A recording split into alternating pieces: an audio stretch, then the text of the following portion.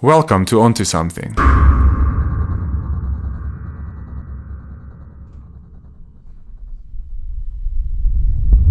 Our guest for today was Franco Spies. He's a long-time friend. We knew each other from probably pre-primary school, to be honest. I think we've got a few like grade 1 rugby photos together kind of vibes. And yeah, he's a human movement scientist. We spoke a bit about his background in training, and then also just training in general. And then we also went to explore because after studying, he went onto the cruise ships. We dug into that part of his life and the exciting things around that as well. Really cool chat, and nice to catch up with an old friend. The last I know of you, to be honest, was like first year vibes. You went to, after matric, you went to study HMS, right? Yes, human movement science. Yeah. And we were both at school from I think like primary school. So we were together like all the way, and then and we went both to high did school. all of the sports together. Always. That's the thing, right? You were always a bit better than me, obviously, but we both tried. Yeah, we're not going to talk about academics because you're taking that. Yeah, okay, you give some, you take some. Yeah, no exactly. Strings lie. After that, obviously went to study at university. Studied human movement science for 3 years, and I mean, you also studied at the University of the Free State. We saw each other, like you said, about like through first year, maybe second year, stuff like that. Yeah, because you were RC as well. Yes, I was at Veritas when you were at Armentum, right? Yeah. Yeah, so after that I studied for 3 years, got my degree in human movement science, and then I did my postgraduate in sports science. Okay, we actually just spoke year. about so apparently in human movement science, after your first 3 years, you can basically go into like three. Yes, you can choose one of three. There's three different branches, like specialities you can go in. Actually, four. There's actually four. Okay. You get your sports science, which is mainly strengthening, conditioning of sports athletes or individuals. Then you get the biokineticist, which is doing mostly like rehabilitation. If a person comes back from an injury, or maybe older people that losing their mobility and stuff like that, they come to them and they help them to increase or improve any of that. Okay. The third one is kinekinetics, where they mostly work with the smaller children through development, all of that, hand-eye coordination, any type of coordination, psychological development, all of that. And then the fourth one, which nobody really knows about because nobody actually does it, is recreational sciences. Okay. It's basically people like you remember Timbo that does the breakaway for companies and retreats and stuff like that. Help them to develop a type of a team building. Yeah, like a team building type of thing. Yeah. We focus mostly on that. But like I said, not a lot of people were into that, so that branch fell away pretty quickly. I think in my honors year, I don't think there's anyone that did that.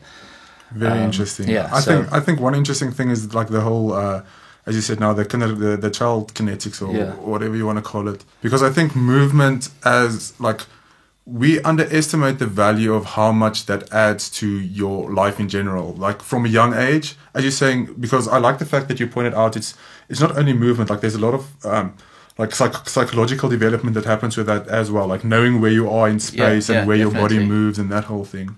Yeah, so that's actually pretty. I mean, within the 3-year degree, you actually touch a lot on all of it. So then, when you have to make the decision on going postgraduate in whichever direction, you can actually have a basic understanding of what it's about. So I had some subjects and all of that about the child kinetics. But it's actually pretty interesting. I'm just not great with little children. So, so you decided to step out on and that it's mostly the girls that did that. So yeah, like I said, it was pretty interesting to know like a basic fundamental aspect of the subject. But I really enjoy doing sports science. I love to work with sport. I mean, I love sports. I love fitness, health, all of that, and so I mean, it was really great doing all of that. Yeah, and I mean, throughout that entire time, you, as you said now, you really enjoy the fitness side of it as well. So throughout that entire time, you also made sure that you yourself stay in shape and that you're an example. Because sometimes you see these people studying HMS, and then they're like these very like fat guys or girls. Oh yeah, no, like, I don't see how you're going to necessarily exactly, coach me. exactly. I mean, it's like you going to say a place like Virgin Active, and you need to choose a personal trainer for you.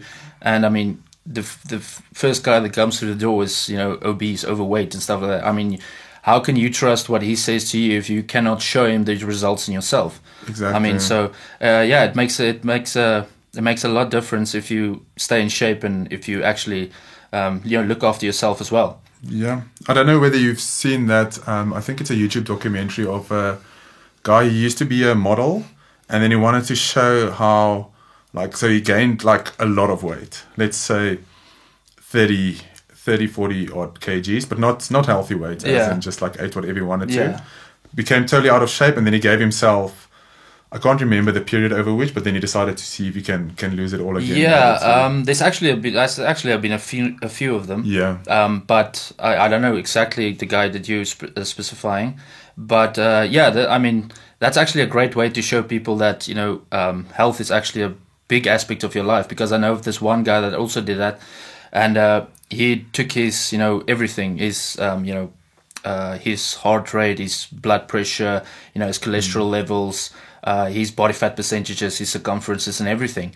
And after a while, you know, he did that, gaining weight and everything. He did it again, and he actually went to a doctor and everything to do that. And before he did that, the doctor told him that he has, like, you know, about 30, 40 years still to live, and then he's only even gonna, you know, go downhill from there in terms of his health. And after that, they projected him having at least 10, 15 years. So he cut that time, that time. Basically half the time, just by eating what he wants, doesn't look at his body, doesn't look at what he puts into his body, and that makes a big difference in the way you actually live and your whole outlook on life as well. Yeah, because I mean the whole garbage in, garbage out sort of argument just counts for your body. Oh yeah, definitely. Your body as well. Definitely, what you put into your body is it's gonna show. Not just physically, but psychologically, emotionally, everything. And do you touch on the diet side as well during your studies? Yeah, definitely. We had a full nutrition spectrum that we touched on, mostly in terms of you know, when you're conditioning a sports athlete for, doesn't matter if it's whichever code, or if it's sports, or it's you know, just general population, but we did cover all of that, and it's actually pretty interesting to see that what you put into your body actually yields results in different ways. So yeah, that was really quite interesting. I often wonder, because I mean, as we're starting to get old, I say old, we're like 25 years. Yeah. But you start realizing, like, not everything moves the way it used to, you know? Like, I've got a bit of a bad elbow here, and then I talk to a friend and he's got a bad knee, and then people have just sports injuries or just general life injuries or whatever. I often find myself wondering, I wonder how it feels to be in that person's body. Because, I mean, imagine now, for you, when you see a set of stairs, for example, and you need to run up to a second story building, that's like nothing easy. for you. Yeah, it's going to be easy. But imagine now being in someone who weighs 150 kgs, and that is a very genuine struggle for them. Yeah, no, definitely. I mean, first of all, cardiovascular, you know, aspect of it's going to be huge. I mean, you have this huge body that you have to, you know, take up a flight of stairs, and now your heart suddenly needs to start work harder to pump more oxygen throughout your body, and use all of your nutrients that you took in, doesn't matter which nutrients, protein, carbohydrates, fats, whatever, and put that into energy, so that you don't fatigue very well. But not only that, I mean, you know, weighing 150 pounds is going to take a knocking on your knees as well. And on your ankles and your feet, your whole dynamic, the whole balance of your body, it's going to be you know, completely out. Out of whack, so that's it's going to be pretty difficult. But I mean, yeah, everybody has their own opinion of what they want and what they want out of life. I mean, if you want to be in great shape, you got to work for it. You know, just like anything else in life. So yeah, man, everybody should decide for themselves whether it's worth it or not. Yeah, it's like a balance of priorities. That's very true. But I mean, also on the other side, then you get some people who take it definitely too far in terms of like the whole like physique thing. I'm specifically referencing bodybuilders and that sort of thing. I mean, I mean, that takes over their whole lives. I mean, that's That's basically their job. It's their job to go to the gym, eat as much protein and carbs or whatever they had to take into their body, and it just takes over everything. I mean, I've met a couple of bodybuilders, and those guys are miserable. Yeah. I mean, they're miserable. They're eating the same thing the whole day. Exactly. Every single meal, they're doing the same thing every day. They No wake up, they know sweeties, they no have to go to sugars. the gym for 2, 3, 4 hours, maybe multiple times a day. Yeah. Go and work out. So, I mean, I can't think that is actually pretty good for one. Well, now it feels good. You're looking in great shape, but I mean, imagine yourself in 20, 30 years. Yeah, it's definitely not sustainable. You take a look at, maybe one of the most famous bodybuilders of all time, Arnold Schwarzenegger. I mean, that guy, he was in his prime. He was like insanely good.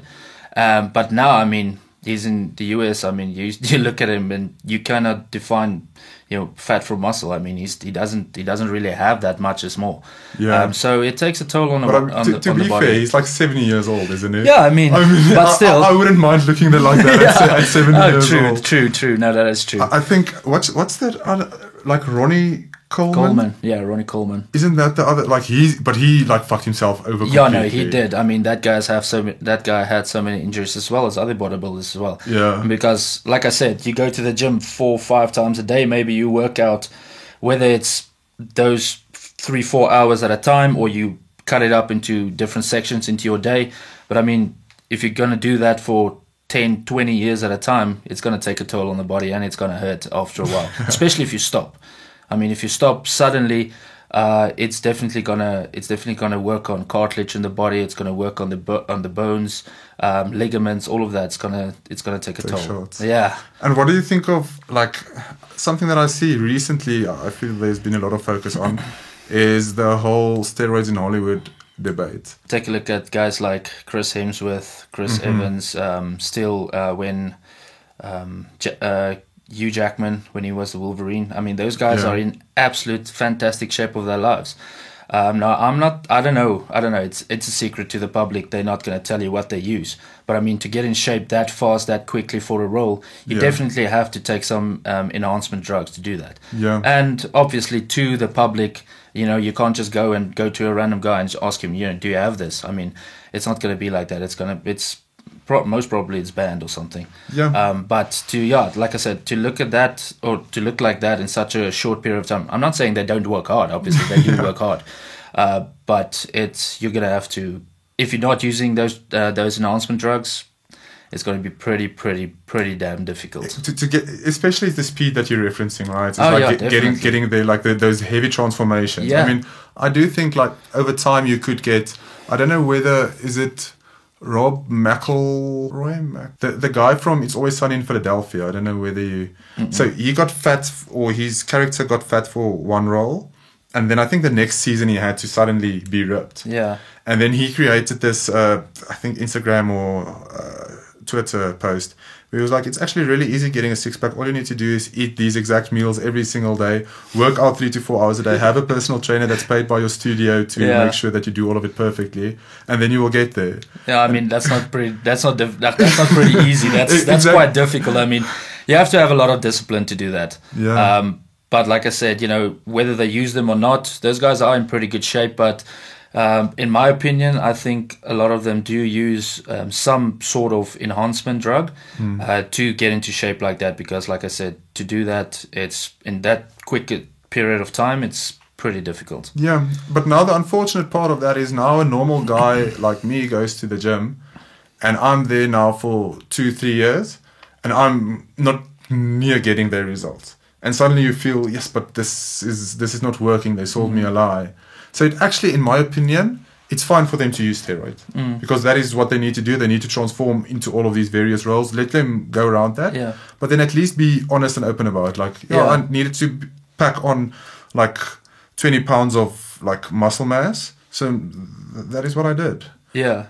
No, I understand what you're saying. And the big thing that people also need to realize is, everybody's body is different.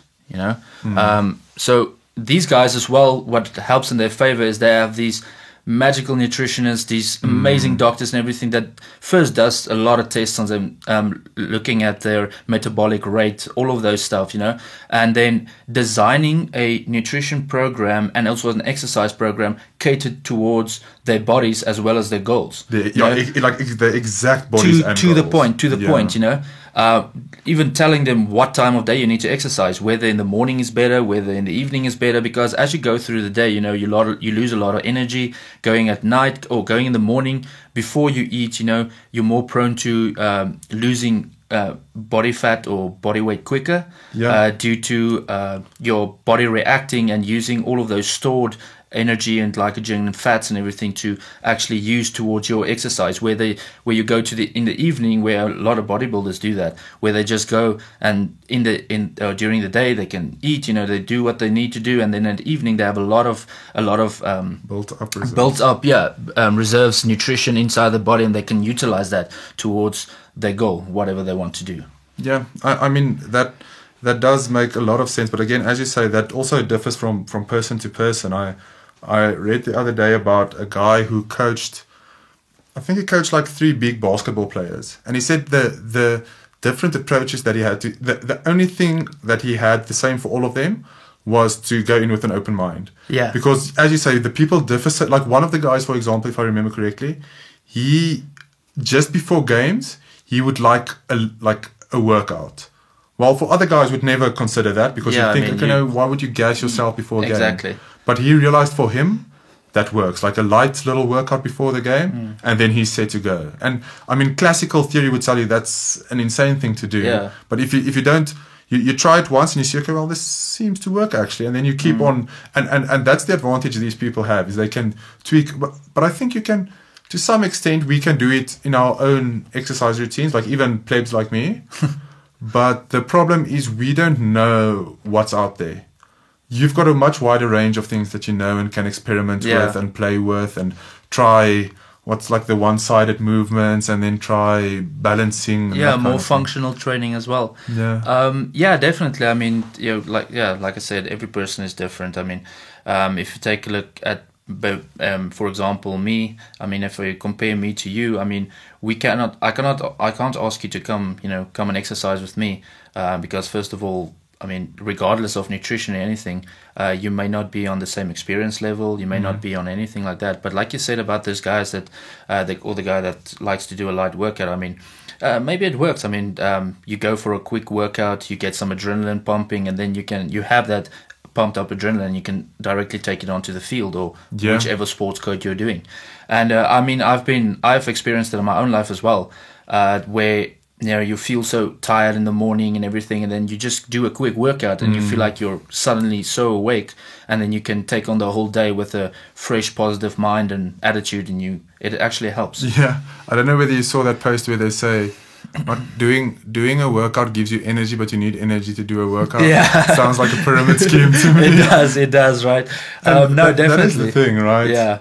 But I think especially once it becomes routine, then your brain really enjoys doing that. Oh yeah, definitely. I mean, like for me at the moment, I mean, I have a set time in the day that I just go to work out, and on days where I don't work out, it's like I'm feeling bad, I'm feeling lagged, I'm feeling lethargic. I feel like I don't have any energy. Yeah, and your head feels a bit duck. Exactly. Yeah. So no, it does make a difference. But I mean, every person has his own preferences and his own way of doing things. But yeah, ultimately, I would definitely recommend an exercise regime for everyone. Yeah, and then also in terms of, you mentioned earlier that you like playing sports, and when we spoke, I think I bumped into you by chance actually 2 or 3 weeks ago. Yeah, I remember. You said you play a lot of golf nowadays. Yeah, I've actually been to the driving range this morning. Oh, so it's part of the routine. I was on the golf course yesterday. I mean, it's just, I like to break away a little bit. Everybody has their everyday problems and everything. So me going to the golf course, not only psychological, gets me away from all of that, but it's also, I mean, it's also a great exercise. I mean, you get to walk a lot. I mean, I have this watch that counts my steps and everything. So, I mean, you walk with a normal game, even if you have a golf cart, you walk between 16 and 20,000 steps. which, that's a which, lot, is, which is quite good. Yeah. I mean, so I'm not going to go and exercise on that day as well, because I mean I don't have that much energy, but it feels like an exercise on itself. Yeah. So it's pretty good.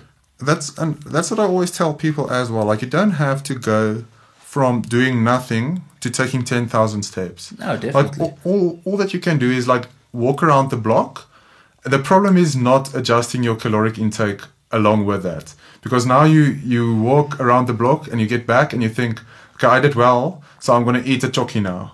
Yeah. And then that chocky is double the calories that you just burned walking around the block. Exactly. It's like, it's exactly. I mean, I've seen a lot of people do that. They go to work out and then they feel like, oh, I did a great exercise session, so now I can reward myself. And that's completely the wrong approach to take towards that. So yeah, I would definitely not recommend not recommend that to No. people. And okay, so then you went to study, because I know the chapter after this was actually the thing that I think was probably a fascinating time in your life, because then you got a job on a cruise ship, if I'm not Yes, cruise ship. mistaken. How did that happen? And Okay. how was, like, I feel like I can just probably sit back and hand over the mic to you now, and you just tell me stories of cruise ship living. Yeah, it must man, be it was wild. it was absolutely crazy. So what happened was, in my third year, the company which does that, they're now called One Spa World, but it was Steiner. They're a internationally recognized spa and fitness on-board cruise ships all over the world. I mean, Okay. biggest cruise ships in the world. You have Carnival, you have Royal Caribbean, Holland America, Norwegian, Celebrity, all of those, you have them on board. They run the spa, they run the fitness, the centers and So it's everything. basically outsourced to Yeah, them. and exactly. then- Yeah, Okay. yeah, basically, we're not part of the cruise itself, the cruise name. Yeah. We're basically a company on our own. So what happened was, in my third year, they actually came to the university to speak to all of us. And I mean, it was like a half an hour session where they told us, this is crazy. It's going to be the best time of your life. There's going to be what it's about. You can be a personal trainer on board. I mean, talking to a lot of sports science students, I mean, being a personal trainer on board, you're like, you're going to see the world. I mean, it's crazy. You get Exactly. you get so hyped, and I thought it was a pretty cool experience, and something to take on. And the same day, I actually contacted my father. I told him about it and everything, and he said, "You know what? Let's do your honors year first, and then we'll see where it goes from there."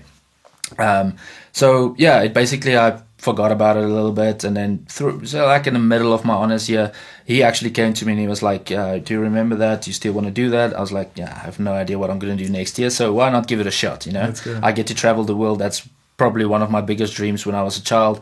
I wanted to go out there. I want to go overseas. I want to see the world, and so yeah, basically I started applying. Massive job. It was really intense. You had to do like everything. Basically, if you're above like a 30 within your body fat or body mass index, then you can't apply. I mean, they want people that are in shape, Yeah. So first I had to go to an interview. So that's they've got a hard cap on Yeah, that. that's just the the application. Then I had to go to an interview in Pretoria. We got there and we stood there. I mean, we first got there and they were like, "Okay, this is how the day is going to be. We're going to go through this a little bit. You're going to talk in front of these people, all of that." And I am absolutely terrified of speaking in front of people. I mean, I always fall over my words. I don't know what to say. So it actually went pretty well. I mean, I think we were a group of about 25 to 30 people. Yeah. And after that, there was actually just 10 of us that made it through the interview. Awesome. And I was in the top 3, so that was pretty good. Nice. So yeah, then I came back, finished the rest of my honors year, passed. So that was great. And then our training for the cruise ship actually started in March of 2018. Wait, so your training, so now they bring all of you. Yeah, all of the Like people into a training that actually got through the interview part. Yeah. We're going there now. Okay. Now, there was Where's there? that's in Cape Town. Okay. Yeah, that was in Cape Town. So the training was in Cape Town. It was for 3 weeks. So they got us all living in the same area. They got a shuttle that drove us towards the gym and the studio where we were working, and I have to learn everything that we need to learn. That was going to be used on board. And yeah, those 3 weeks were pretty intense. I mean, we were writing tests. We were learning things like yoga, Pilates, what was the other thing? Like spinning, cycling classes. yeah. We were doing, free weight exercising, all of that classes we had to teach. But then the real thing started coming, and that's the part they don't talk to you about or prepare you, for in the interview or the application is your ability to speak in front of masses of people.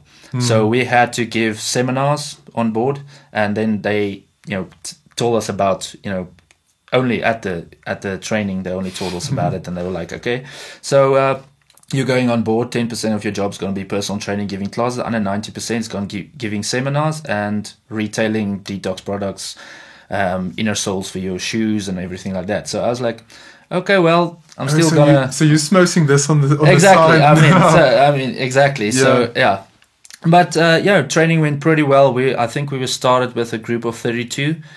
We ended with a group of 18. Yeah, I mean, like, so they really cut you guys through. It's that proverbial speaking of strike 3 or out.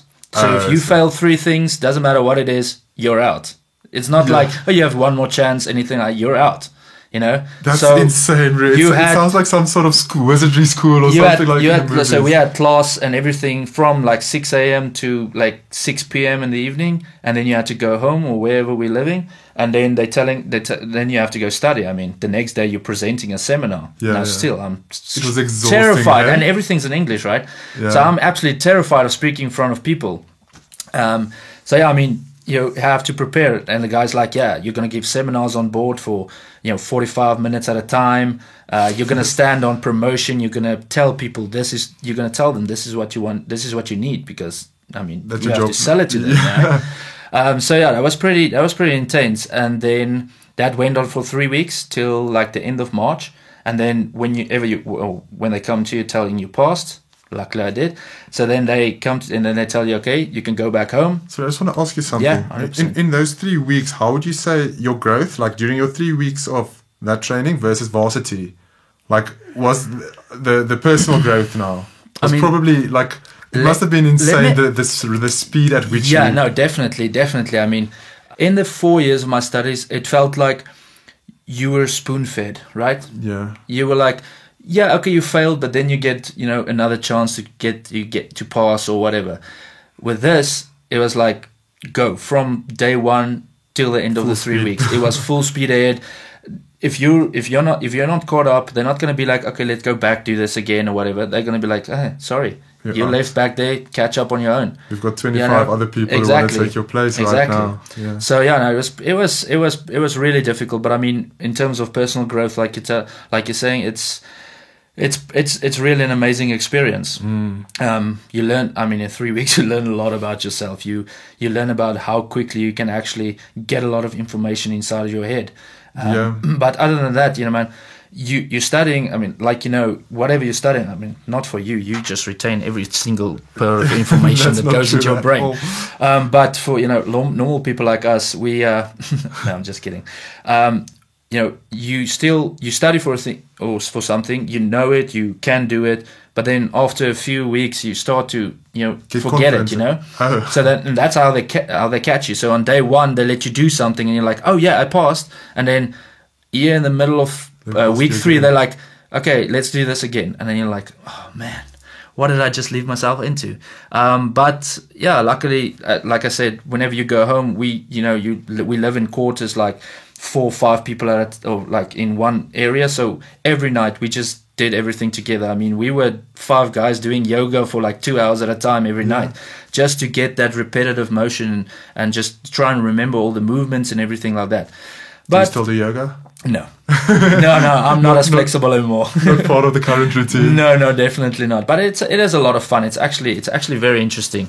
You learn about the history of it and where it comes from, how it happened to be, and everything. So it was really quite interesting. it sounds like your whole setup there sounds like the Olympic villages. Like you always hear about all of because I mean I can only imagine it's a bunch of like super attractive people living in these communes together. You always hear about like the thousands of condoms they burn through at the Olympic villages. No, that's luckily it wasn't like that. The guys lived in one area and the girls lived in another. So there's few things that can stop a man. Yeah, I mean 3 weeks is 3 weeks, right? 3 weeks is 3 No, I'm weeks. just kidding.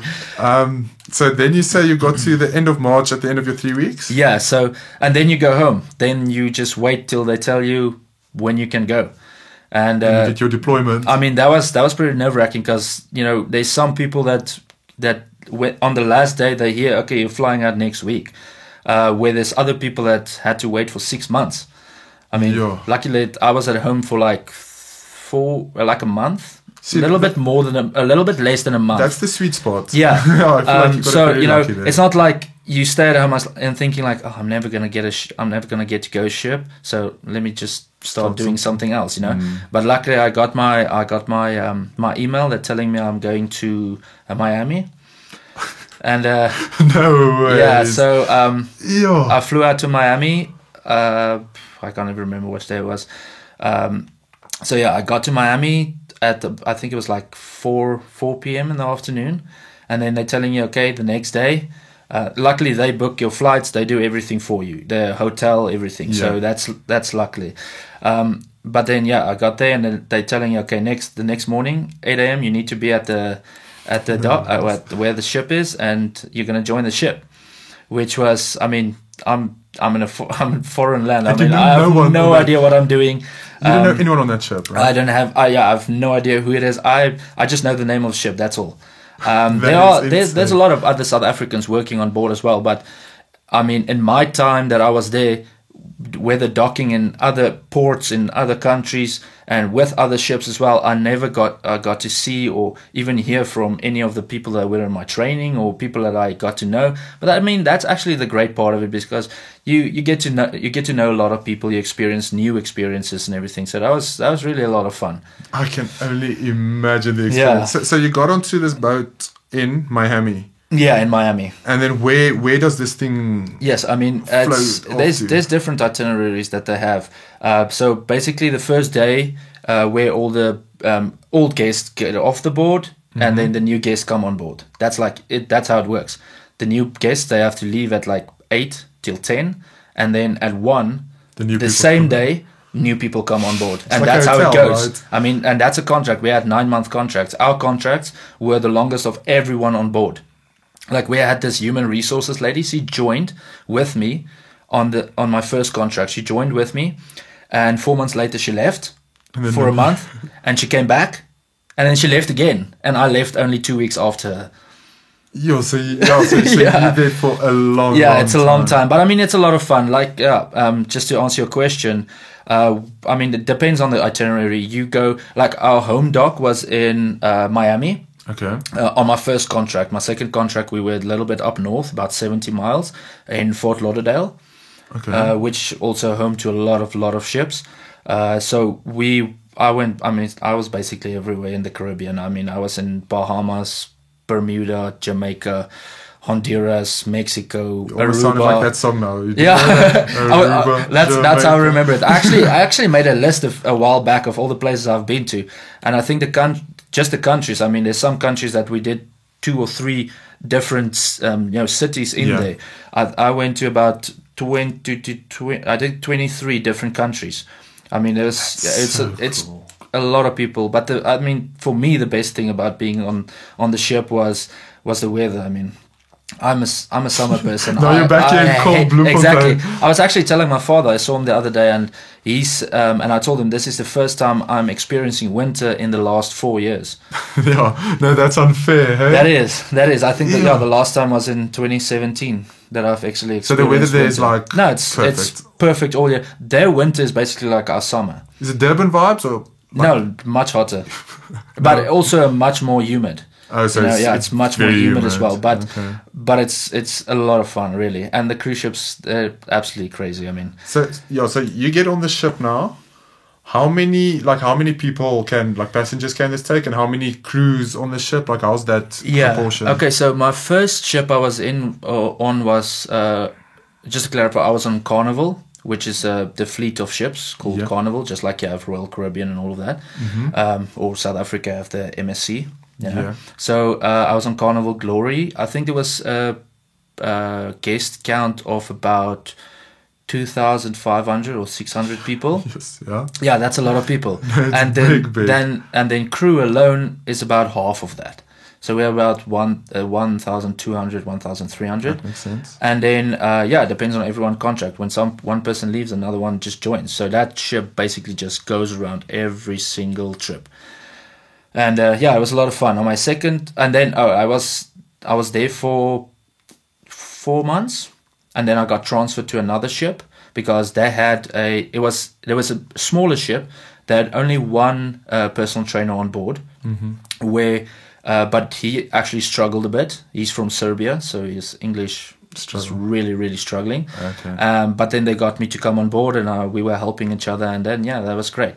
But then the third ship I was on my second contract was Carnival Magic, which is a massive ship. I mean, there was like 4,800 guests alone, with about 2,000 crew. Yeah.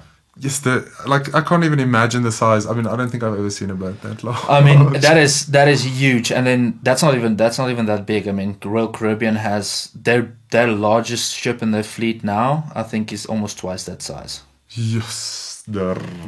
And this, I mean, people just go on these for the entertainment. So your typical client, did you do classes as well as personal training? Yes. And then this seminar. Yeah, the seminar. Those basically the three things that we did. Yeah. So whenever this embarkation day where all the guests come on board, we actually got the morning off from, say, whenever you wake up till about 11. You see everyone on the ship can literally go outside. We can go outside till about 10, and then we have to come on board, finish up whatever you're doing, get in uniform. From 11 to 12 set up. You set up everything in your station and all of that. Whether it's the gym, whether it's the spa, with a massage, all of those things.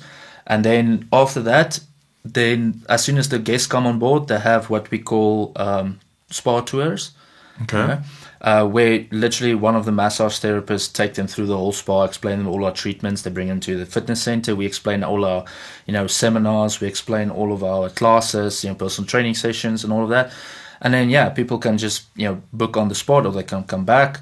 But I mean, within the job, they pretty much pressure you to get people in right away. I mean, it's like anything else. Yeah, exactly. If you can get them to buy any immediately. Exactly, yeah. Like a client, and then, after that, whenever you can get a chance, you just grab a lot of people and just bring them to the gym and just try and sign them up for whatever costs money. I mean, You're just trying to spend some money on them. So it's actually a funny story. Whenever they come on board, every single day of from say day 2 till the end of the day, or to end of the cruise, we have in the mornings we start at about 7 or 6:30, 7 o'clock, and we're busy. I mean, till 9:30 at night, with about 2 hours break, 1 hour in the morning and then 1 hour in the evening.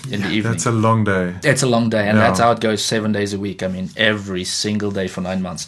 So it's a lot of work. But I mean, whenever they come on board, you never talk about our stretching class. You never talk about our abs class, because those classes are for free. You don't sell those. You can get people to come in, but as soon as they come in for that class, you automatically try and tell them, come to this class. It's much better. It's going to work this. It's going to do that. It's going to do that. So that's actually pretty great.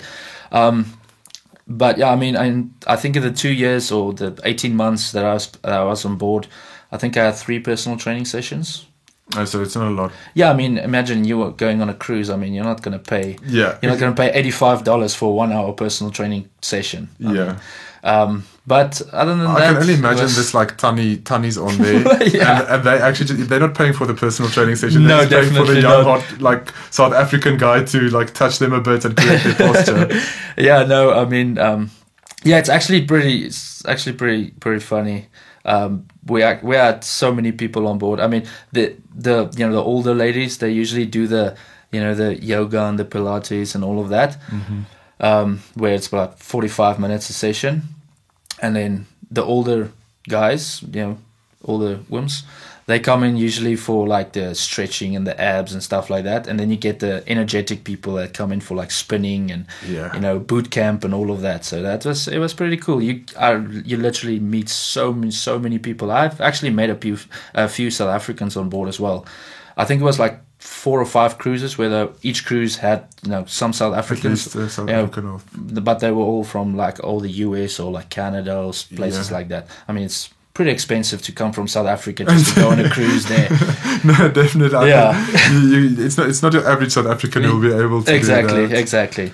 And I remember you told me, so your sleeping arrangements, I think you said you had a Russian roommate. Serbian. Or was it the Serbian? It was a Serbian guy? and the second one was a Ukrainian guy. So you were deep into the... Yeah, I mean, when we got mad at each other, he just shouted in Russian, I just shouted in Afrikaans, and that was the end of it. And then you sorted it out somehow. Yeah, somehow in the middle we sorted it out. So, but luckily that never happened. I mean, it's everybody on board is actually so nice to each other because... Yeah. I mean, you have to live with this person on board. This person. It's not like you can tell him, you can just flip him off and go off the boat. I mean, if you want to do that, you got to swim back to shore.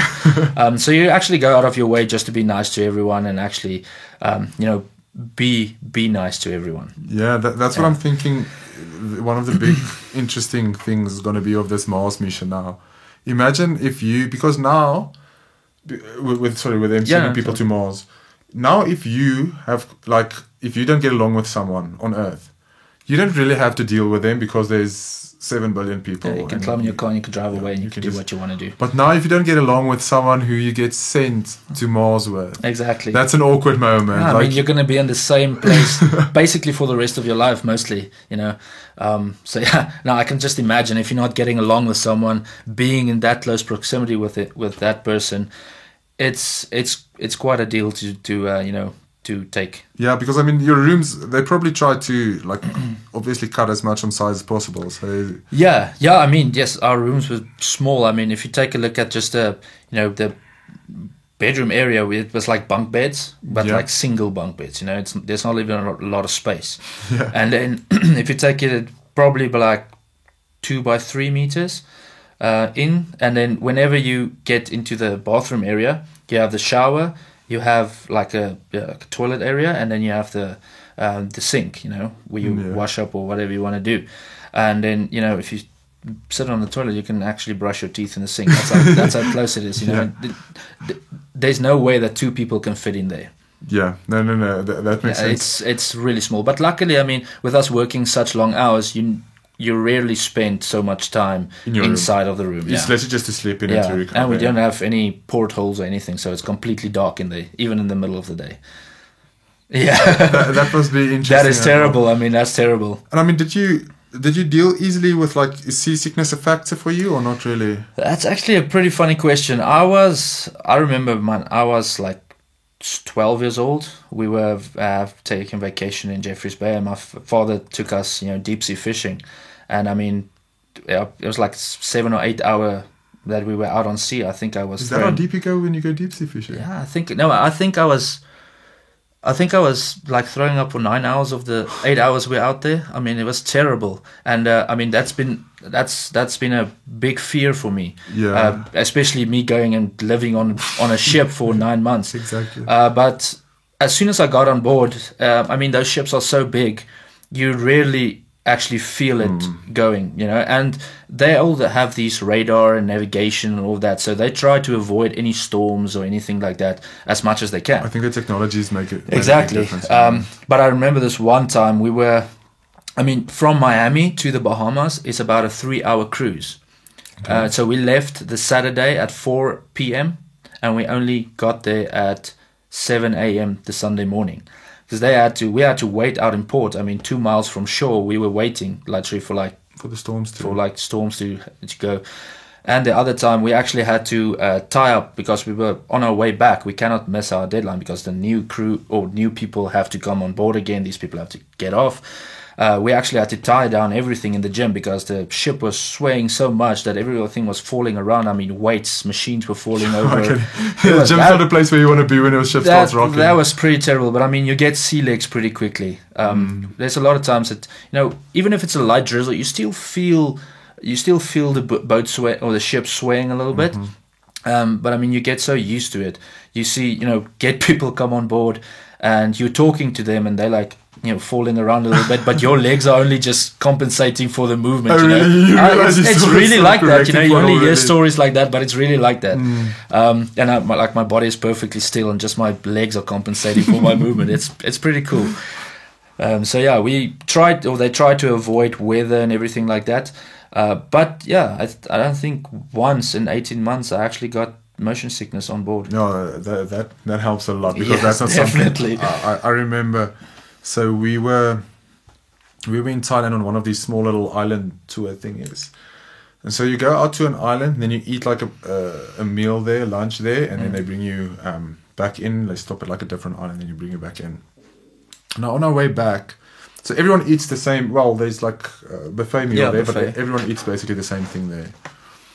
On our way back, the little boy sitting across from me. Oof. So I'm already not feeling well, but he's feeling worse. I can assure you that.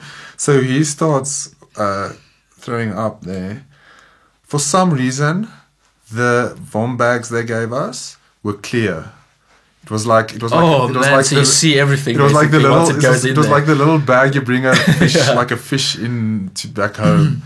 And I remember looking at this and knowing what's going on there is exactly what's going on inside me at this point in time, and I really don't want that. And I think he filled up like 2 or 3 bags. That that little guy was hoying. Yes, no, that's bad. That's bad. So I mean that's why I'm not sure whether the whole boat thing will ever necessarily. But I mean these bigger boats I think should probably. Yeah, no, they it's actually it's much bigger, so it's not like it's gonna be like a small. Gonna feel boat, everywhere. You know? Yeah, exactly. Now you're talking about Thailand. Sorry, I want to tell you a funny story quickly. We also went to Thailand at the end of or beginning of 2015. And we also went to on one of these, but it's like a speedboat, you know, but it can take a lot of people. I think it was like 20 people on there. So it was quite big, It's a big speedboat. And first, you know, before you get on the boat, they talk about the safety and precautions, and that's what you can do, what you must do, whatever. And as they talk, we were standing outside, and as we're going back in, so they want to tell us all of this. They were like, and we will walk past, and they like have this like bowl with like motion sickness pills and everything.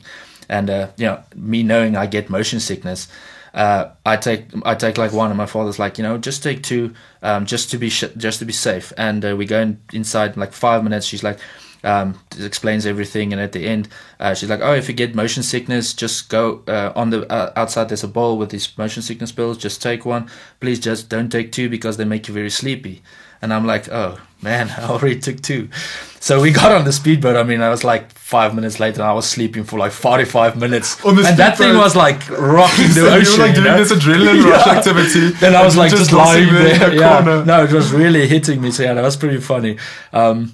But yeah, luckily, I mean, motion sickness on board a big ship like that, it's rarely happens. I mean, if you really get motion sickness, then, or if you go like for like just like a week and you're not used to it, then you most probably will get motion sickness. But with you know, most of us living on board, not really happening. So tell me, the people who live on board, what like? So you've got your crew, right? Yes. Are they contracted to like Royal Caribbean or? Yeah, and do they swap out as well? Yes, frequently, definitely. or how does that work? So okay, basically, so once you get on board, or for crew itself, you get into 3. There's like 3 different branches. You get your officers, which is from your captain, your first officer, your chief, your engineers, all of those people that, you know, wear the fancy, nice white, and you know, they basically run the ship, you know. Yeah. And then you get your staff, which is the spa, we're the spa. Then you get like camp, so can you Camp World or something like that, where they go, they like look after the little children. It's like a nursery on board and stuff like that.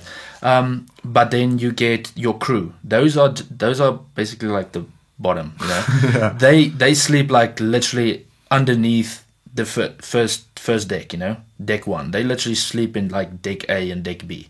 So their cabins are like twice as small as ours.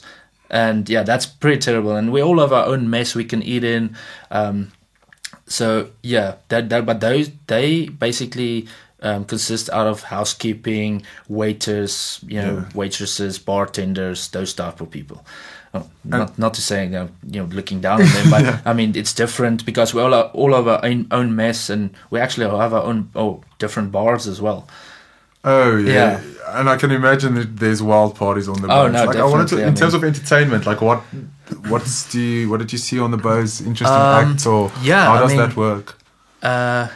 What was this one guy? We actually had a few like 2 cruises. New Kids on the Block. I don't know if you've heard of them. Yeah. It's quite an old older band. Mark Wahlberg, his brothers, they were part of it and everything. Oh, I didn't know that. Okay, but he's not part of it anymore, and they're not actually a band anymore, but it was like a reunion thing, and that was on the boat. On the boat, yeah. So that was pretty cool. And they had like a concert and everything. So yeah, it was pretty cool. We got to see that as well. And then there was another guy, but like a Spanish singer. He's like very famous in like Mexico and Spanish culture. It's weird to imagine that there's a whole world that's not English. I mean, he has one song with Enrique Iglesias. He must be big, So yeah, that was actually pretty cool. And then there was a lot. I mean, parties for crew and staff and stuff like that was also. I mean, you have the. So you party separate from the guests. Yeah, no, you can't. So you're actually the real parties, eh? Yeah, exactly. Because they sort of up there being all fancy, but you guys are the real job. Yeah, we're not allowed to actually mingle outside of work hours. You're not allowed to mingle with any guest. No fraternization with guests. We actually had a few people fired. Just for there's actually this one South African guy. So. In terms of entertainment on board, you get the guy right at the top. He's like the captain of entertainment on board, which is called the cruise director. Now, the guy that was just underneath him was this guy from South Africa, and we obviously had a great time the one evening. And so, whenever you're done, they have on the leader deck, which is where all the food is and everything. Right at the back, they have this pizza stand, which is open 24/7. It's like, so I mean. Having a few beers and then going, it's like a dream come true. But still, guests can also attend it. And this guy started, talking to guests and went into the cabin with the guests, into the guest cabin, and I mean, he got fired the next day. They didn't even wait for us to get back to Miami. The next day we were in, I think Honduras. Yeah. And they like. Bring your things. But I mean, it does make sense that they're quite strict with that. No, are they strict with crewmates as well? Or no, they don't worry. They don't care what happens.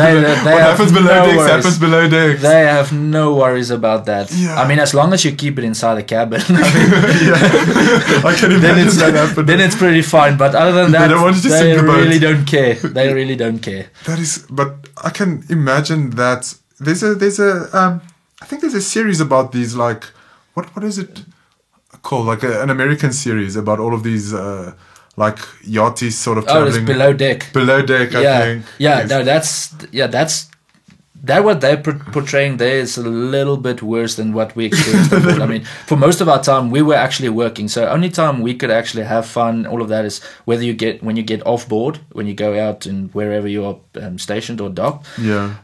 Or after hours. I mean, working till about 10:30 at night or 9:30 at night from 7 in the morning, and the next morning you have to work at 7 again.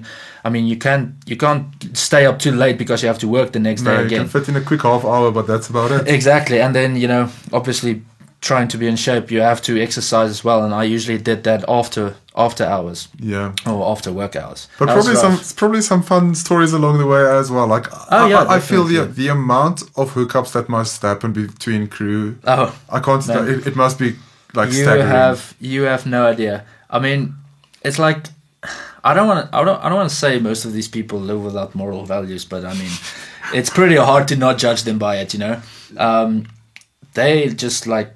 I know I'm not, it's like, then doesn't matter if I know or say names or anything, but I'm just going to do it. And then this one girl, she's from, I think from England or Wales or something. She literally just, we all, everyone knows everyone, so they go into the crew bar and they have a few beers, and then she just goes like from cabin to cabin and just goes like through the whole cruise. She collects all of goes them. through the whole cruise. Now I know of her, but I mean, there's definitely more of them as well. There's actually quite a few relationships that start on board and everything. I can imagine. I mean, it's young people who's in this very cool circumstance, and like honestly, I can't blame them. Like I can imagine I'd be in there myself, to be honest. Yeah, no, definitely. I mean, there's a lot of people, but it's really fun. I mean, it was really a great experience in my life. There was so many times that we actually went, go to a crew bar and then you just go drinking. I mean, I had this one couple. It's a 3-day cruise, right? We just go to the Bahamas, we stay there overnight, and we come back. So we leave the Friday afternoon. The Saturday morning, like 10 a.m., we get there. Yeah. The Sunday morning at like 8, we leave again, and the Monday morning we're back in Miami. So it's just like a weekend breakaway. Yeah, so those spa tours I was talking about, and the one couple comes on board. The guy is from the US, and his wife, newly wedded wife, they're from she's from France, right? Okay. And they come on board. Now, obviously, you want to sell everything you can to these people. I mean, we work mostly on commission, so it doesn't matter if it's classes or whatever. You get a part of it. Yeah. So for you to make money, you just sell as much as you can. Doesn't matter what you say to them, you just sell. And I'm trying to. I can see this guy is absolutely loaded here, right? So I'm trying to get this guy, but his wife is mostly interested, and they're like, okay, you know what? Don't worry, we're just gonna think about it. Come back. I was like, okay, well, I'm spending half an hour talking about a 5-minute conversation with them. So, I mean, I can't push them anymore. If I push them more, they're just gonna leave. Yeah. And I'm like, okay, fine, don't worry about it. So that was the Friday afternoon, just as they got on board. The Saturday, working throughout the day. And I finished early because we were docked, so most of the people were off the ship and everything. So they told us, you can leave early. At 6 p.m. we left work and everything, went to the gym quickly, and then me and my one friend, other South African, on board as well. We went to the crew bar, had a few beers, and I mean, when you're docked, you can go out of it as long as it's not in work hours. You can just do what you want, Yeah. just not with guests. And we were in Bahamas. So just as you leave the dock and the area where the shops and everything are, the duty free shops and all of that, you get into Bahamas, and just across the street they have this one. It's like a Joel Black, Yeah. and then but it's small. I mean, it's like it's like a normal apartment size. I mean. So it's like the small dance floor. Yeah, it's very intimate. It's like this. I mean, I think the bar was bigger than the dance floor. just the dance floor. Yeah, right. And as we got on board, we were on board and everything, drinking a few beers, and then 1, 2, 3, 4, 5 fireball shots later, we decided let's go there. Bamboo is the place's name. Yeah, sounds dangerous. And we get there. And I mean, so throughout the Saturday, I was seeing this couple as well. Like telling them, you're good, everything. I'm like health crazy with them. I'm like, drink, this is bad, smoking's bad, And we were just having shots and everything, just dancing and everything. And I was literally going to the bar, ordering this next round of shots for me and my friend. And as soon as the guy puts it down, I pay. As soon as I'm drinking the shot, here they come walking in, and they're like, "Aren't you the healthy guy?" I'm like, "Yeah, that's me." And then they're like, "All right, let's have some shots." They were so cool about it, really, really so cool about it. Yeah. And it was like, I mean, those places, they like literally never close. I think they closed when we left at like 6 a.m. Yeah. And they actually came on board. And they actually bought from me, so that, something helped. That sealed the deal I don't know for if them. I really I don't know if it was the conversation on the Friday or the Saturday, or it was the partying together, of seeing partying together or anything. But they actually bought from me, so that was actually pretty cool. Yeah. No, that sounds like such a cool experience, and all of these little bars and things that you get to experience. Yes, I mean, we had parties and nightclubs. I mean, nightclubs. The nightclub on board. I mean, it's mostly for guests, and then like once every 2 cruises, they just book out the whole evening just for crew. For you guys. And then it's like, imagine like fucking almost 300 people inside, you know, about an area where there's allowed to be only about 100 people. Yeah, just going. And then there. obviously when you're on board, you're out in international waters, so there's no tax, and then you get crew discount. I mean, if you buy a beer, like where the guests buy them, you pay about $7-8. That's about the rate it goes in America as well. I mean, I could buy a beer, normal Heineken, Corona or whatever. I could buy it for like $1.50. So I mean, that's super cheap. You quite stock up. You go out with like $20 and you get smashed. And you're having the time. Yeah, of your life. you're having the best time of your life. That sounds awesome. That is really, really amazing. And like I said, everybody's so nice and everybody's just crazy. I mean, whenever actually this one time we were 4 South Africans on board. It was me, the inothermist on board.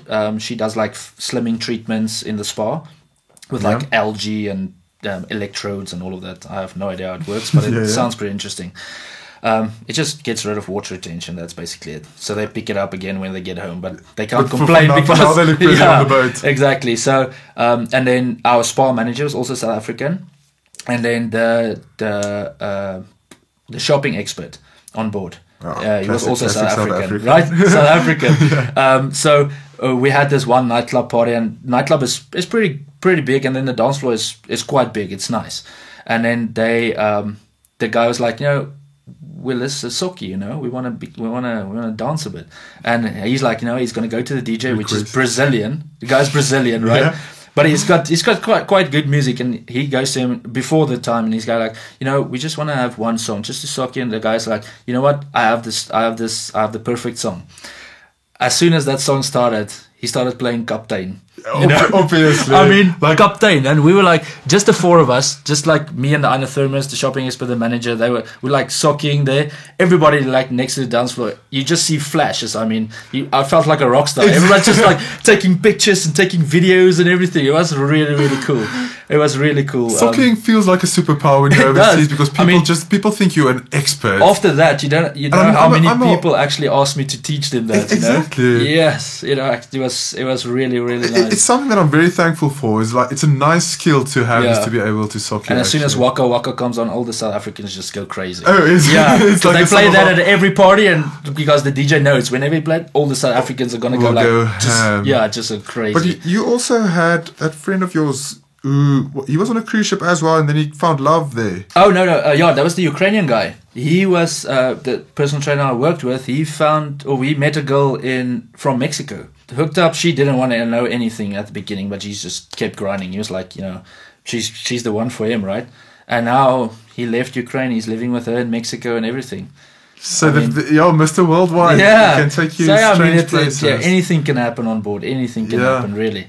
This one day, we were heading back to Miami. You know, it was the end of the cruise. We just went from Bahamas. We were going back to Miami.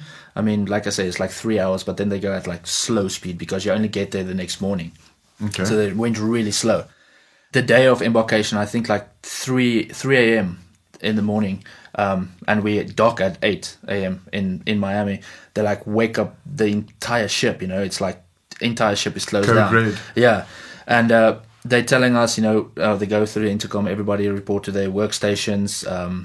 And your managers or your supervisors will go through what's happening and everything with, or like maybe this is like some kind of weird drill, you know. Yeah. And we get there, and the manager's like, you know, we're missing one passenger, you know. So everybody have to go into their workstations, just like search everywhere. And like we were staying there, you know, and then they went onto the cameras and they saw this guy literally jumping overboard from the 9th deck. That's like 9 stories, basically, you know, and hitting water. It's not like a jump. But, you know, once something goes off board, there's like sensors that obviously trips it and everything. But I've heard of some of the places that has a little automatic boat. So if you go overboard, it sends out the automatic boat, comes and picks you up, brings you back in, docks you in, and then you... unlucky ship is very big. So, yeah, we're searching everywhere, can't find him. You know, they're saying, okay, just go back to your station. The next morning we wake up, we get into the spa. We're like, okay, we need to set up. We're basically back in Miami. No, we're still at the same area. We're still in the same place. And they actually went on the cameras and saw the guy. He was like standing, he was looking overboard, and he went like took 3-4 steps back, took out his wallet, his keys, his phone, everything, just put it on the deck, and he's like, "Boo, there I go." And then we had to go back actually to where his last known position. So we turned back. We only got back at like 4 p.m. the afternoon. Again, back in Miami. But yeah, they never found the guy. But apparently what happened was he was in the casino, and then he just like got smashed, and then he lost all his money, and then he hooked up with this one girl, and he's married, by the way. He hooked up with this one girl, and then his wife just found out, and he was like going ballistic. But then by the time that she couldn't find him, and get everyone to actually look, and it was much later. So they never found the guy. And there's a lot of cruise ships obviously in the world, and a lot of ships go to the same places, and so there's this one Norwegian cruise which did the same itinerary we did, but we were just a day behind them. Okay. And what happened was we heard about this crew guy, part of the crew. He was like, I think it was like a housekeeping or something like that. And he just was done with working on board. He was miserable and everything, and he just jumped, right? They couldn't find him. So there was like rescue helicopters and everything. And the next day, we literally do the same route. And I was actually on my lunch break. So our lunch break, our areas where we can go is not within the gate. So we go in different areas. But it's also on the side of on the side is like open, so you can sit there and do whatever you want to do. And beautiful there. Literally sitting there, and I'm sitting and talking to this one girl also from South Africa, and we just hear like there's like different signals for man overboard or fire or something like that, and they just call man overboard. And that same is a Filipino guy, by the way. That same guy, we went on the same route, and we actually picked him up. But that guy was in the water for 22 hours. I mean, it's Caribbean, but it's still freezing cold that deep, Yeah. And luckily he survived. We just, we picked him up and everything, and they got him in and everything. But that guy was unconscious and everything. He was definitely unconscious and everything. So that was pretty tough. Some rough. Yeah, that was rough. Set you up for some awesome stories and definitely. Yeah. Ultimately, it's all about the safety for them on board. I mean, they the cruise ships are crazy about safety. Yeah. Obviously, I mean, once something happens, your reputation. Your reputation goes with it. I mean, those people can sign indemnification forms that you cut them loose from any responsibility. But I mean, it's once that happens, it's in every newspaper, it's everything, and then everyone associate that ship with, say, a fire or bad food or something like that. And it's millions going down the drain. Exactly. And tell me, of all the places where you dock now, what's like if you had to let's say go back for a week, but if you had to settle somewhere, is there different answers to those two questions? What are they? You know what? Not really. I mean, it's great to experience these places, and I was actually thinking about that as well. But then, like my father, he worked overseas from like when I was like 8 years old. I remember. And he was like going overseas, going back and all of that. And I always told him where was he? He was in Iraq first, and then he was in Afghanistan. He was a little bit in like North Africa as well. So, but it's very dangerous work. I need to get him on the podcast at some point as well. It's very dangerous. I mean, he can tell you a few stories. I promise you that. So I always told him, I want to go overseas. It doesn't matter where it is. I want to go overseas. I want to get out of this country, everything. And he always told me, you know what? The funniest thing is, he also thought that. But once you go out of South Africa, you always have that need to come back, because I mean, it's your people, it's your place. Just speaking Afrikaans, you have a lot of South Africans on board, but in presence of other people, you're not allowed to speak Afrikaans with them, because I mean, they feel excluded. It's rude, right? Yeah. So you do speak Afrikaans if you're alone and everything like that. But I mean, things like having a braai, having your favorite beer, stuff like that, you really miss it. And he always told me, once you go overseas, you always want to come back, and I could never understand it. But once I got on board, I actually understood what he was talking about, and it's actually, I mean, doesn't matter what state South Africa is in at the moment, and I mean, It's rough, It's especially in rough. Bloemfontein at the moment. Yeah, exactly. I mean, we're a week after the apocalypse, basically. Yeah, but no, it's always nice coming back to South Africa. But to answer your question, if I have to choose one place, it will probably be Aruba. Oh, is it? Yeah. Aruba. No, it's beautiful. They actually have like further in town, because it's like there was settlers from Netherlands that just like settled there. So all of it's their our people. It's yeah, our you know, it's like the streets are named. Like you can actually make it out in Afrikaans and everything so really? like that. Yeah. So No I actually way. had a girl from the Netherlands that worked with me on board, and we could speak to. If you speak very slowly, Yeah. I mean, obviously we can understand each other. And then, you know, other people there don't have a clue what we're talking about. But yeah, I mean, I think Aruba would definitely go would there. be your one. Yeah. But it's cool to me how you also mention your love for this country and just wanting to, because on one of our previous podcasts, we actually had two people. I don't know whether you know Carla Pretorius. She's SA Netball. Oh, yeah. Yeah, so I actually had her on here as well. And I mean, she's currently in Australia playing netball there in the Sunshine Coast Lightning. And what she, like, their sentiment as well is they're over there, but they know it's not permanent. They know this is their place, and they can't imagine themselves being anywhere else. It's really funny to think it like that, or to understand. But once you experience it yourself, you're definitely gonna feel the same way. Yeah, but it's nice also to hear it from people, because that's the sort of sentiment that we need from young people in order to build. Like you say the state of the country is rough, but if we didn't feel that way, it would be much worse for because if everyone just went over as soon as we could, this place would be in a tough spot at the moment. No, definitely. But yeah, like I said, I mean, it's a great experience going overseas. You know, you see all these amazing places. I mean, think about Miami. I mean, you watch movies and you see this. You know, you see South Beach. You see all of these amazing places. And then you get there and it looks amazing. I mean, you get there and it's exactly like it is in the movies. I mean, it is exactly the same way. It is like everybody everywhere just roller skating and going to the beach, and it's really cool. It's really cool. So yeah, it was really a great experience. Yeah, COVID struck a bit hard, but I mean, I wouldn't mind going back sometime again. Onto the boats. Yeah, but I definitely wouldn't do it forever. Yeah. And just also in terms of like what nationality did you get along with the base from? Because I mean, most of the people on the boat was probably American, but there were probably some European. Well, you might think American, but actually no. I mean, you speaking to the guests. I mean, on my first ship, I think there was like 3 Americans on board that were actually part of the crew. I mean, Americans are lazy people. They're really lazy people. So they don't really like to employ people like that. When it gets to the crew, like housekeeping, bartenders, you know, people like that, they usually bring in like Filipinos and Indians and you know, these Eastern Europe type of countries. Yeah. They bring in them. But when it comes to getting along with people on board, I mean, everybody's actually really great, but the same as than South Africa. I mean, Australian and English people. They're the closest to us. Bro, if you think South Africans can drink, you should see Australian people.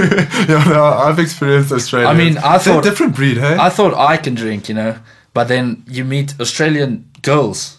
I mean, they can, man, they can take it. They can take it.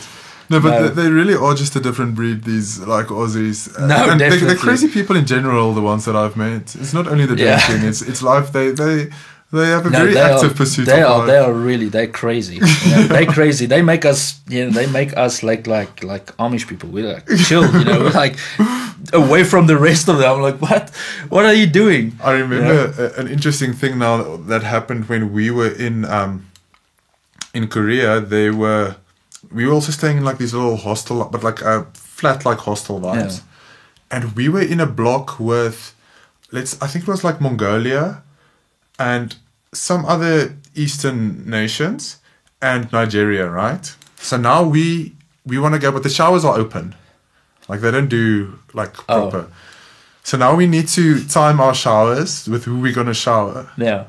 And I mean, we don't know the Eastern culture. We don't know what's customary for them. Like, you don't want to shower there and then you offend someone for the rest of their lives because you do something weird. Exactly. We sit there, we wait for those Nigerians to go and shower because at least it's Africa. Like, we feel like we know Africa. Yeah. We can on the same continent at least. You know? we can kind of do Africa at least. So that, but it is interesting that you mentioned the English and the Aussies. Yeah. I think are Aussies, like, in terms of, because I also want to go overseas at some point. Yeah. But I don't think I want to go to Oz because it just feels like it's not a big enough jump from South Africa. No, it isn't. I mean, I think the reason we get along so good is socially we're like the same basically. Yeah. I mean, we like to, you know, have social interaction with other people. We like to, you know, go out and experience new things. We're a lot the same people, you know. Where you get, you know, Americans, I'm not saying everyone, but, you know, they are quite arrogant, you know, thinking you're beneath them, you know. But I mean, primarily everyone was pretty nice on board. Like I said, I mean, you have to live with this person. Exactly. You had a Serbian and a Ukrainian. But getting along with people, I think definitely Australian and English. Yeah. And out of those, because I mean, you probably got to know the Serb and the Ukrainian guy pretty well. Yeah. Like, what weird habits did you pick up? Anything strange from them, or learn something weird, or did they somehow change? No, not really. No, not really. I must say. I mean, still living inside the same quarters, it was still keeping it professional, you know. Yes. And trying to keep it as professional as possible. The Serbian guy was quite a big guy, you know. He had this thick accent, and you know, he sounds like a terrifying human being. He's stubborn, you know. He's stubborn. Like what works best is one of us does a seminar, you know. And then the other guy goes and gives feedback on, you know, what went wrong and what was good and how can you improve, what can you change or whatever like that. But he was like stubborn, you know. Oh, whenever I do a seminar, he comes out with like 3 pages full of stuff I can improve. But then whenever I tell him something, he's like, no, this is how I do it, you know. I'm like, okay, fine, just do it your way. You don't want to argue with him. Yeah, but on the other hand, I mean, the Ukrainian guy, he was the nicest guy ever. Like, we still keep in touch, you know. I wanted to ask you have any friends? We still keep in touch, actually. I have a lot of people that I was working with on board from other countries that I still actually not so much keep in touch, but I have them on Facebook, and you know, you still once in a while you still talk. You know, how's it going? If you visit there, you might drop them a message. No, definitely, and tell, definitely. No, well, they all say, you know. That's a nice thing. I mean, you meet all these people, and they're like, whenever you visit my country, you must come live with me. You don't have to come to a hotel. You know, come and live with me. I'll show you everything. And I'm like, okay, yeah, that's cool. And then you extend that to them as well. If they're in South Africa, and you can show them Bloemfontein. Yeah. Oh man, I was like, yeah, you're gonna show me where I come from. I'm like, nah. I'll show you like Cape Town or, you know, Stellenbosch or, you know, maybe Mossel Bay or somewhere by the ocean. You know, that's a pretty part of South Africa. Oh yeah, definitely. We were there actually now. I saw that 2 weeks back. Yeah. My father actually lives there whenever he's not in Afghanistan. Then he lives there. So the juxtaposition there between those two places must be quite intense. He actually told me he feels more at home in Afghanistan than he does here, because I mean he's there for 4 months at a time, and then he comes back for like a month, and then he's there for 4 months again, and then he comes back for a month. And he's been doing that, like I said, like for 17 years now. Yeah. So I mean, he's been doing that for 17 years. So it's quite a time. I remember always when I was a little boy, I would see your dad, and I would see Luzelle van Heinigen's dad, and I would think like these two men look like they're onto some. Oh, weirdly enough, our podcast is called Onto Something. But they look like they're onto something. Yeah, they look if there's ever trouble, I'm not going to run to my dad. Like, let's not get each other. He's not going to be the one who helps me. I'm going to run to Luzelle or your dad. Like, no, definitely. Like, my father is he's a great guy, but he's strict. I mean, he's from a military background. I mean, he actually got a bursary to go and study electrical engineering, and he, you know, gave it up within 6 months. Went to the army. Yeah, I went to the army and didn't tell my grandmother for like another year. So she thought he was thought he was studying, and he's like going out to the border and everything in the army, shooting on people. Yeah, exactly. And then so he was there for like 10, 12 years. Here in Bloemfontein at Tempe. 40, Tempe. He was a paratrooper there. Okay. And then in 2003, he got out of there and then he went overseas. That's crazy. Private, I should private definitely thing. try and get him onto this as well to get some yeah, stories. definitely, no.